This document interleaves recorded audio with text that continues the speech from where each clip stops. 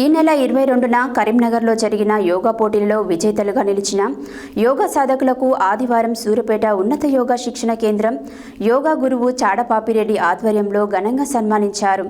ఈ కార్యక్రమానికి ముఖ్య అతిథులుగా పట్టణ ఎస్ఐ కుశలవ, సంతు నిరంకార్ సంస్థ అధ్యక్షురాలు కడారి సరళ, డాక్టర్ నిర్మల కుమార్ పాల్గొనడం జరిగింది. ఈ సందర్భంగా పట్టణ ఎస్ఐ కుశలవ మాట్లాడారు.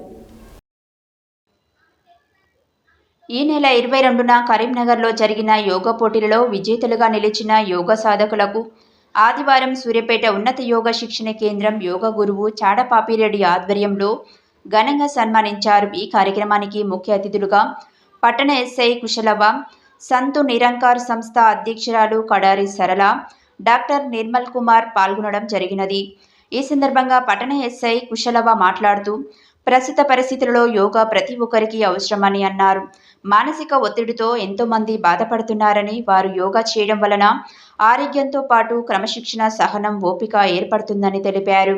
యోగా చేయడం ద్వారా శారీరకంగానే కాకుండా మానసికంగా కూడా ఎంతో ఉపయోగపడుతుందని, ఉద్యోగస్తులు, వ్యాపారస్తులు, విద్యార్థులు ఎవరికైనా యోగా ఎంతో అవసరమని అన్నారు. ఆరోగ్యం కొరకు యోగా చేసుకుంటూ యోగా పోటీలలో రాష్ట్ర స్థాయి, జాతీయ స్థాయిలలో పాల్గొంటూ మన సూర్యాపేటకు పేరు ప్రఖ్యాతలు చేస్తున్న సాధకులను అభినందించారు. అందులో ముఖ్యంగా మహిళలు వారి ఆరోగ్యాన్ని కాపాడుకుంటూ వివిధ స్థాయిలలో మేమున్నామంటూ పోటీలలో పాల్గొని పథకాలు గెలవడం హర్షణీయమన్నారు. ఇక ముందు కూడా ఇలాంటివి ఎన్నో పథకాలు సాధించి మన సూర్యాపేటకు పేరు ప్రఖ్యాతలు తేవాలని కోరడం జరిగినది.